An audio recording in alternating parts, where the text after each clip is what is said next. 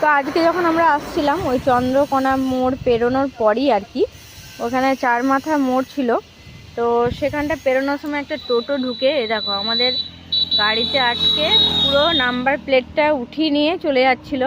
তো যাই হোক, তখন থেকে আমরা আর কি দাঁড়িয়ে দেখলাম, ওইখানে দুটো পুলিশ প্লাস সিভিক পুলিশ ছিল, কিন্তু কেউ কিছুই করছিল না।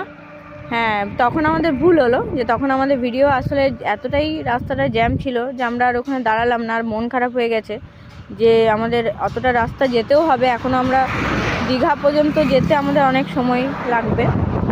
তো যাই হোক, আমরা সামনে একটা এই যে গ্যারেজ পেয়েছি, এটা বাইকের গ্যারেজ, সেখানে এসছি। যদি আমাদের এই নাম্বার প্লেটটা লাগিয়ে দেয় তাহলে ভালো হয়, কারণ অনেকটা রাস্তা এখনও আমাদের যেতে হবে, অনেক দূর বাকি। তো যাই হোক, যাওয়ার সময় এই একটা বিপদ হতে হতে বাঁচল।